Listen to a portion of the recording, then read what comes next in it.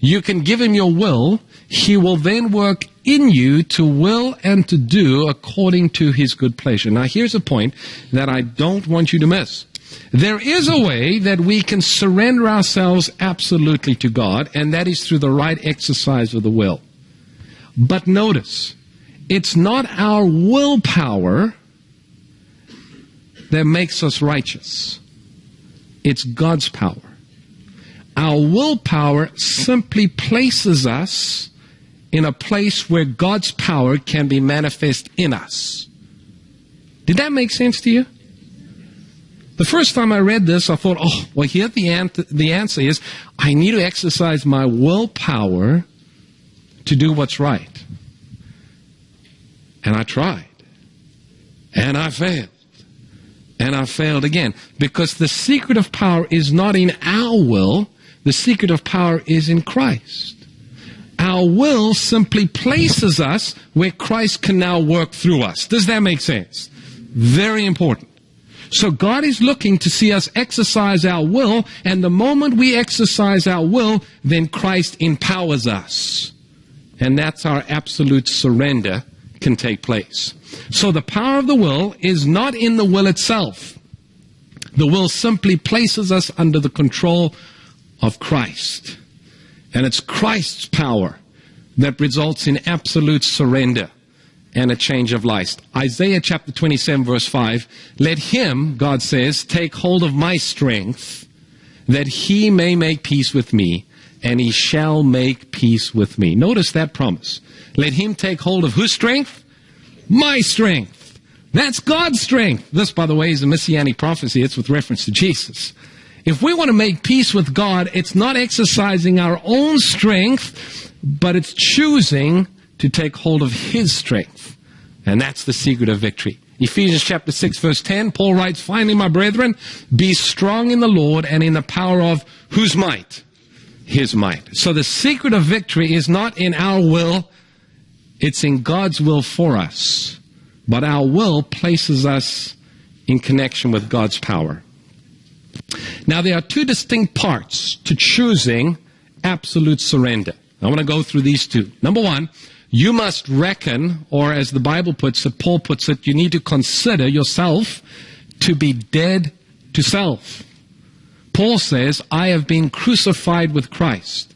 And again, Paul says, I die daily. So step number one, for absolute surrender, we need to reckon or consider that self is dead. Now, how often did Paul have to crucify himself? Just once? No, he says I had to do it what? Daily.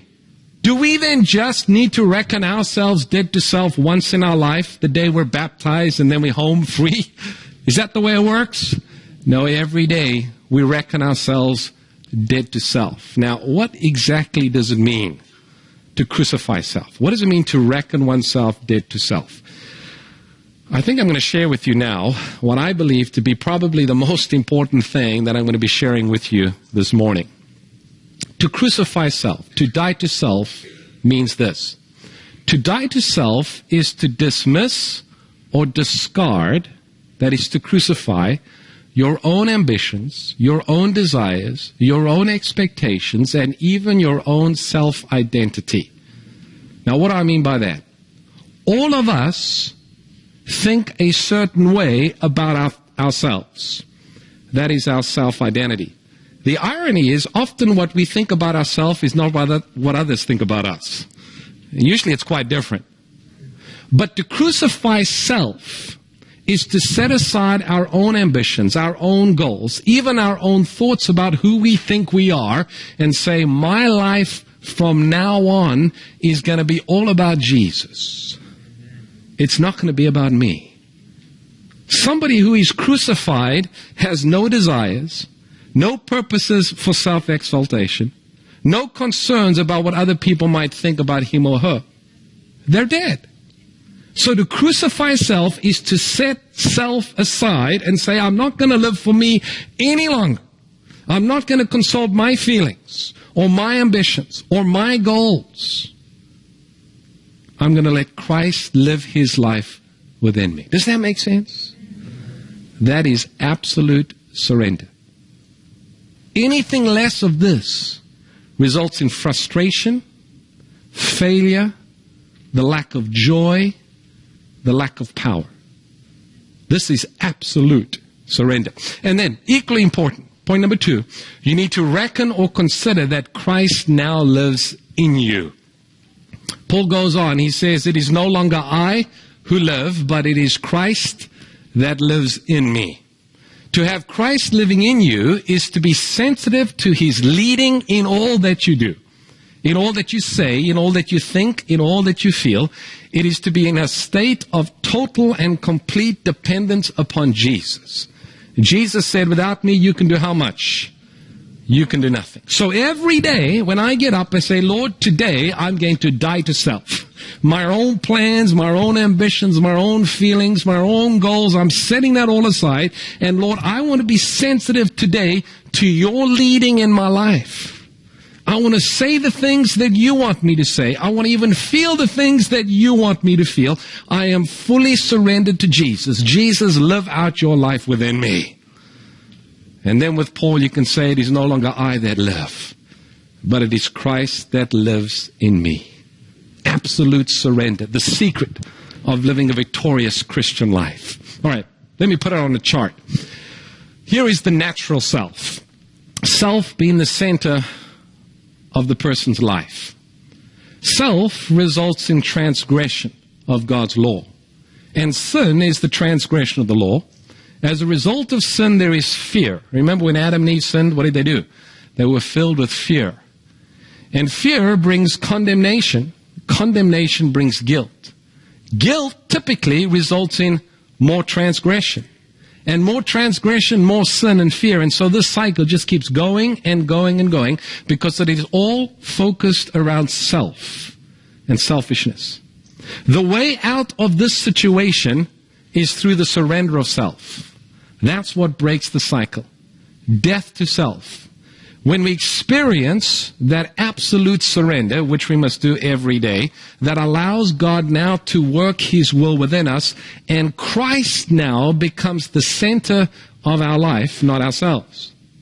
And if Jesus is the center of our lives, if we're just simply channels through which Christ lives out His life, He will then give power.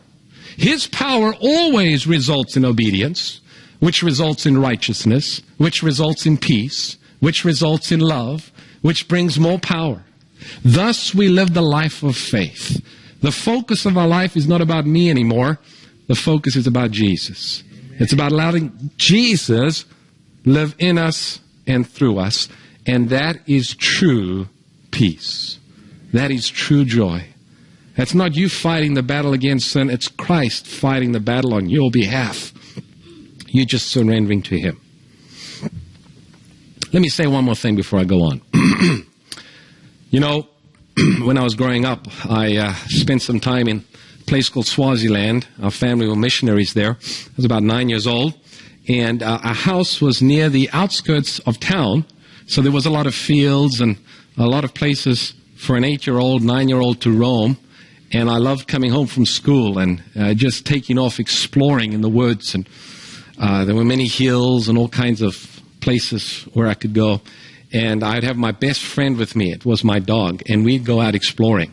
Always carried a stick with me because they got some mean snakes in Africa. But I used to go exploring. And I remember one occasion I went down to the bottom of the property. There was a creek that ran through. And it had rained. And while we were busy climbing over things and exploring, I heard the sound of a cow. And I thought, well, that's interesting. And I looked around. I couldn't see a cow. And again, I heard the moaning of a cow. So I was curious, and I began to explore.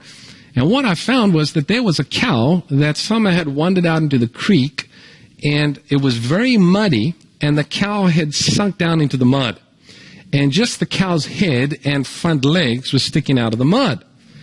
And the more the cow was trying to escape, the more it sank down into the mud. Now, I didn't realize, but this, I guess, could be is quite a common problem with cows that wander out into watery areas to drink, and then they get stuck in the mud. So I ran back to the house, and I told my parents, told my dad about what had happened, and he contacted the neighbors, and everybody came over there. And in Swaziland, a cow is very valuable. And so everybody tried to get the cow out. But the amazing thing was the cow was afraid. And so they couldn't even put the rope over its horns because it kept moving its head and was moving its front legs, trying to get out of the mud. And it made the work very difficult until finally the cow was so exhausted that it stopped fighting against the men, and they were able to put the rope over the cow's horns. And then they began to pull, and of course they weren't able to pull the cow out, even by the rope. They were able to get the neighbor who had a tractor, and he came over with his tractor, and they tied the rope on the tractor, and finally they were able to pull the cow out of the mud. But because of the cow's struggling to free itself, instead of allowing the man to free it, it had so exhausted itself that the cow actually died. Now, I mention that story because it made an impression upon me. The cow died because it was trying to save itself. Had the cow let the man pull it out of the mud, it would have survived. And so often we spiritually end up acting like that cow, trying to save ourselves. But it seems as though the more we struggle to escape from sin, the more powerless we seem to become. Our only hope of rescue is to have Jesus come and lift us out. But that requires absolute surrender. Dying to self and allowing Christ to live within. So point number 7 that we looked at, that is the surrender of self. Absolute surrender. The next point that I want to mention this morning is having faith in God. Not only are we to surrender ourselves to Jesus, but we must believe that when we surrender ourselves to Jesus, Jesus takes that seriously, and He will act based upon us surrendering. Mark chapter 9, verse 17. This is where our scripture reading came from. It says, "Then one of the crowd answered and said to Jesus, 'Teacher, I brought you my son, who has a mute spirit.'" Now when it says here mute spirit, you can read on a little later, this boy was actually demon-possessed. He was in bad shape. Verse 18, "And wherever it seizes him, it throws him down. He foams at the mouth, he gnashes his teeth, and he becomes rigid. So I spoke to your disciples that they should cast it out, but they could not." He answered him and said, "O faithless generation," Jesus speaking, "how long shall I be with you? How long shall I bear with you? Bring him to me." Then they brought him to him, and when he saw him, immediately the spirit convulsed him, and he fell upon the ground and wallowed, foaming at the mouth. So this was a very serious condition. This boy was demon-possessed. And I don't think you can be in a worse condition than to be demon-possessed. That means that you're completely controlled by a different spirit. You're under the control of a devil. That's a sad position to be in. And the father recognized the gravity of the situation, so he came to Jesus to see if Christ could possibly help. Verse 21. So he, Jesus, asked the father, "How long has it been since this happened to him?" And he said, "From childhood. And often he has thrown him," that's the son, "both into the fire and into the water to destroy him. But notice this, if you can do anything, have compassion upon us and help us." Jesus said to him, "If you can believe, all things are possible to him who believes." Immediately the father of the child cried out and said with tears, "Lord, I believe. Help my unbelief." A few very important lessons that we can learn from this story. Point number 1, the man had a problem. His son was demon-possessed. He had heard something about Jesus, and he wondered, maybe Jesus can help my son. So he went to Jesus. He did the right thing. He came seeking for help. Point number 2, he went to Jesus for help. He says, "I brought you my son." Point number 3, at first his faith was lacking. And partly for that was what happened when he brought his son to the disciples, and the disciples weren't able to cast out this evil spirit. The father began to realize this is a very serious situation. And then Jesus came along, and he said, "If you can help." In other words, this is a hard case. I'm not quite sure whether you can help me, but if you can, please help me. All that he